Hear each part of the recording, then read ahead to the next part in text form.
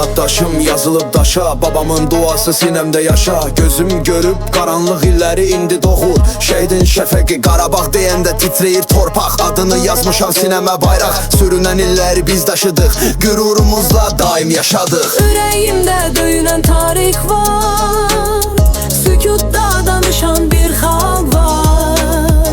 Adımı yaz daşlara, izimiz qalsın, əbədi qürur dilimiz, səsimiz.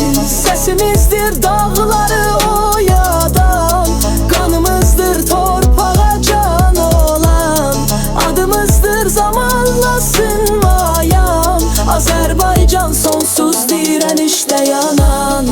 Hər misram bir sursat, susmuram, sözlərim döyüşür, qəlbimdə iz bura. Kölgədə böyümüşəm, günəş axtarmış sükutun deçində, cəngavər olmuşam. Dostum yox amma millət yanımda, bayrağım göydə qürur alnımda. Şairin sözündə güc var, nifrət yox, hər sətrə yurdumun ruhu hopub çox.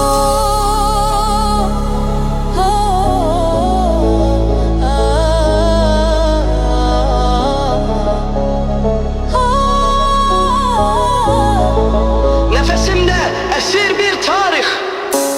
Səsimizdir dağları oyadan, qanımızdır torpağa can olan, adımızdır zamanla sınmayan, Azərbaycan sonsuz dirənişdə yanan. Səssizliyimizdə çığlığı